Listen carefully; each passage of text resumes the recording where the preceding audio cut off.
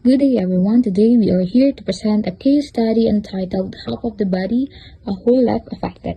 A case study on cerebral vascular accident, a condition that does not only affect movement but also changes a person's everyday life in an instant. So now let's proceed to the introduction. Stroke, cerebrovascular accident, is a medical emergency caused by sudden interruptions of blood flow to the brain, leading to brain cell damage and neurological deficits. It may occur due to blockage of a blood vessels, ischemic stroke, or rupture of a vessel, hemorrhagic stroke.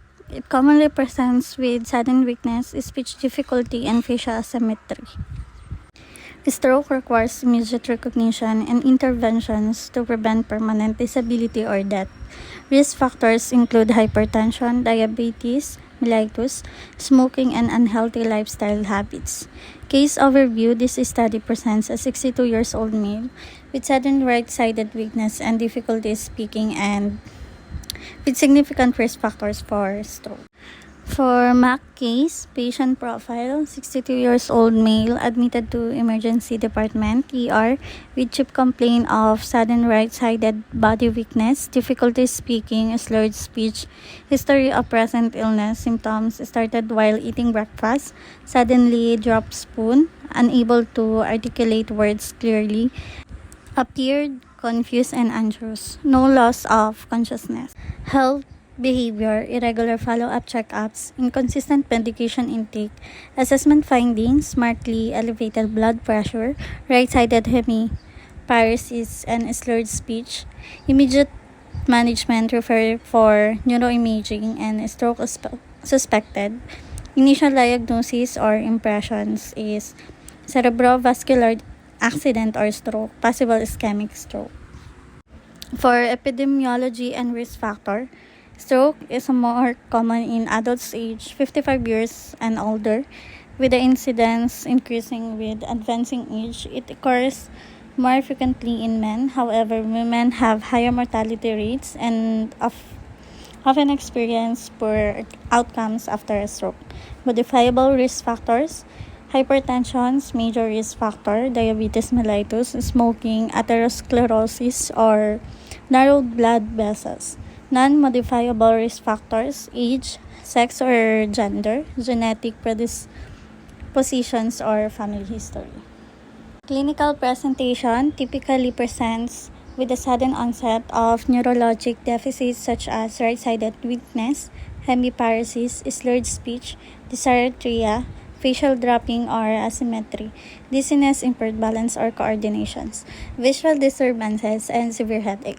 Symptoms vary depending on the area of the brain affected. Affected area: left cerebral hemisphere involvement, controls right body movements, and language or speech function. For the pertinent or subjective data, bigla pong nanghina ang kanan kong katawan as verbalized by the patient. Hindi ko po maigalaw ang aking kamay at paa. Nahihirapan po ako magsalita and complaints of dizziness before symptom onset.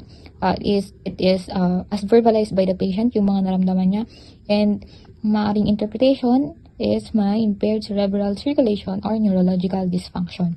And then dito naman sa pertinent or objective data, yung BP is 180/100, may right-sided hemiparesis, decreased muscle strength, limited range of motion, facial dropping, slurred speech, GCS 13, and the findings suggest that there is a acute cerebrovascular accident. Here in laboratory and diagnostics, non-contrast or CT scan of the brain is performed. It is to quickly detect bleeding and identify early brain changes. Also, the MRI of the brain, it is to confirm the ischemic stroke and locate the exact area of the brain infarction. Blood glucose test is to check if there is elevated blood sugar and assess diabetes as a risk factor. Lipid profile to evaluate cholesterol levels that contribute to atherosclerosis and stroke risk. Complete blood count (CBC) to assess overall blood status and detect infections or anemia. Coagulation studies to evaluate blood clotting ability, especially before thrombolytic therapy. So the non-modifiable risk factors is that the patient has risk factors that cannot be changed, such as old age, being male, and genetic predisposition.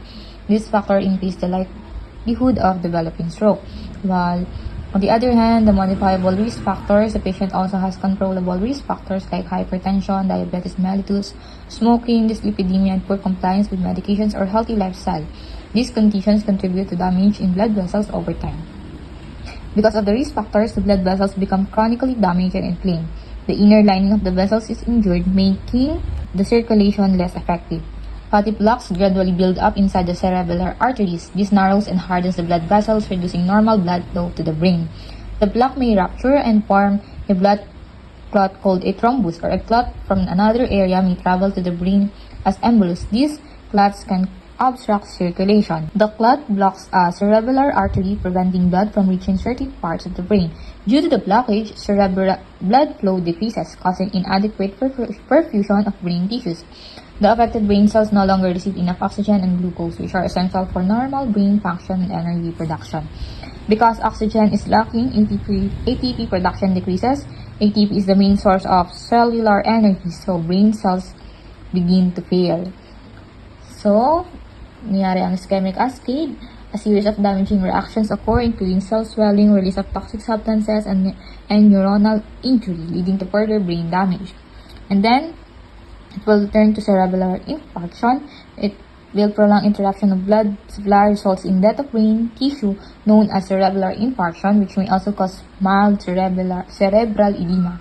And the clinical manifestations, as brain cells becomes damaged, symptoms may appear such as right-sided hemiparesis, slurred speech and dysarthria, facial dropping, and confusion. So the final diagnosis is acute ischemic stroke. The patient is diagnosed with acute ischemic stroke, a condition caused by sudden blockage of blood flow to the brain tissue of the brain, leading to tissue damage. And the confirmatory test is the CT scan and MRI. Let's move on to the nursing diagnosis. Impaired physical mobility related to neuromuscular impairment secondary to cerebrovascular accident, as evidenced by right-sided weakness, decreased muscle strength, and limited range of motion. Impaired verbal communication related to neurological deficit affecting speech centers, as evidenced by slurred speech, dysarthria, and difficulty speaking. Risk for aspiration related to impaired swallowing, reflex, and decreased neuromuscular control. Risk for impaired skin integrity related to prolonged immobility and decreased physical movement.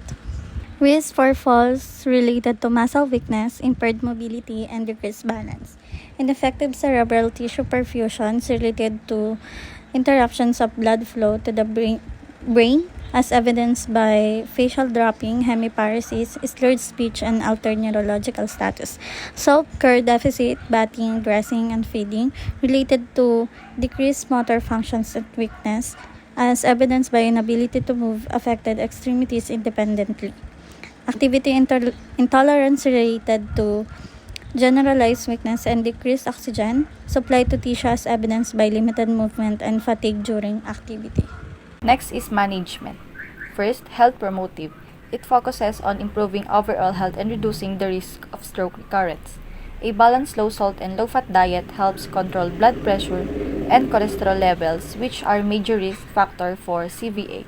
Regular exercise improves blood circulation, strengthens the heart, and helps maintain a healthy body weight. Smoking cessation is important because smoking damages blood vessels and increases the risk of clot formation. Healthy lifestyle education provides the patient and family with knowledge about proper nutrition, exercise, stress management, and avoidance of harmful habits to promote long-term wellness. Disease preventive management. It aims to prevent complication and recurrence of stroke. Blood pressure monitoring and control are essential because hypertension is one of the leading causes of stroke. Blood glucose control helps prevent vascular damage caused by diabetes mellitus. Medication adherence ensure that prescribed drugs such as antihypertensives and antiplatelets work effectively to reduce stroke risk. Regular follow-up checkups allow healthcare providers to monitor the patient's condition, evaluate treatment effectiveness, and detect complications early. Curative restorative management focuses on treating the stroke and helping the patient recover lost functions. Thrombolytic therapy may be given to eligible ischemic stroke patients to dissolve blood clots and restore blood flow to the brain. Oxygen therapy helps maintain adequate oxygen supply to brain tissues. Fluid management is important to maintain proper hydration and prevent complications such as increased intracranial pressure or dehydration. Rehabilitation therapy, including physical, occupational, and speech therapy, helps improve mobility, communication, and independence in daily activities. Determination and management of cause. Hypertension, diabetes mellitus, and smoking are major contributing factors to stroke. Hypertension damages blood vessels and increases the risk of vessel rupture or blockage. Diabetes mellitus contributes to atherosclerosis and poor circulation due to elevated blood sugar levels. Smoking causes narrowing and damage to blood vessels, increasing the likelihood of clot formation and reduced oxygen delivery to the brain. For the management of the causes includes lifestyle modification and pharmacologic treatment. Lifestyle modification involves maintaining a healthy diet, regular physical activity, smoking cessation, and stress reduction to decrease stroke risk factors. Pharmacologic treatment includes medications prescribed to control blood pressure, blood glucose, and cholesterol levels, as well as drugs that help prevent blood clot formation. Drug therapy, aspirin antiplatelet. It is a medication that helps prevent blood clot formation by reducing platelet aggregation. It is commonly used in stroke patients to lower the risk of recurrent ischemic stroke and improve blood flow to the brain. Antihypertensives. It is used to control high blood pressure and reduce stress on blood vessels. Proper blood pressure control helps prevent further damage to several blood vessels and decreases the risk of another stroke episode. Pharmacology. So the medications given to the patient help prevent complication and reduce the risk of another stroke. Aspirin prevents platelet aggregation to reduce blood clot formation, while antihypertensives such as amlodipine help control blood pressure and protect blood vessels from damage. Atorvastatin lowers cholesterol levels and help prevent atherosclerosis, and anti-diabetic medications like metformin control blood glucose levels. Alteplase is a thrombolytic drug used in acute ischemic stroke to dissolve blood clots when given within the recommended treatment type. For the nursing responsibilities, it includes monitoring the patient's blood pressure, blood glucose, and neurological status to assess improvement or complications. Nurses should observe for signs of bleeding and adverse drug reactions, encourage medication compliance and healthy lifestyle changes, and educate the patient about smoking cessation, proper diet, and stroke prevention. Outcome criteria. For the short-term outcomes, so the patient will maintain stable vital signs, demonstrate improved muscle strength, and show no worsening of neurological deficits. Speech and communication abilities will improve and the patient will remain free from aspiration and skin breakdown. For the long-term outcomes, the patient will achieve increased independence in activities of daily living, maintain controlled blood pressure and blood glucose levels, demonstrate improved mobility and balance. The patient will adhere to prescribed medications and therapy and remain free from recurrence of stroke, leading to an improved quality of life. For the discharge plan, it focuses on helping the patient continue recovery at home and prevent another stroke. The patient should take medications such as aspirin, antihypertensives, and statins as prescribed and avoid missing doses. Lifestyle modifications, including a low-salt, low-fat, diabetic-friendly diet, smoking cessation, and healthy habits, are important to control risk factors. Home monitoring, monitor blood pressure and blood glucose regularly. Watch for warning signs such as sudden weakness, slurred speech, facial dropping. Rehabilitation, continuation. Continue to following therapies, physical therapy, occupational therapy, and speech therapy. At home, safety measures should be practiced to prevent falls, assist mobility, maintain proper positioning, and avoid pressure ulcers. Family support and encouragement are also important to help the patient cope emotionally and stay motivated during recovery. Last, regular monitoring of blood pressure and blood glucose is necessary, and warning signs such as sudden weakness, slurred speech, or facial dropping should be reported immediately. Continuous rehabilitation through physical, occupational, and speech therapy will help improve the patient's function and quality of life.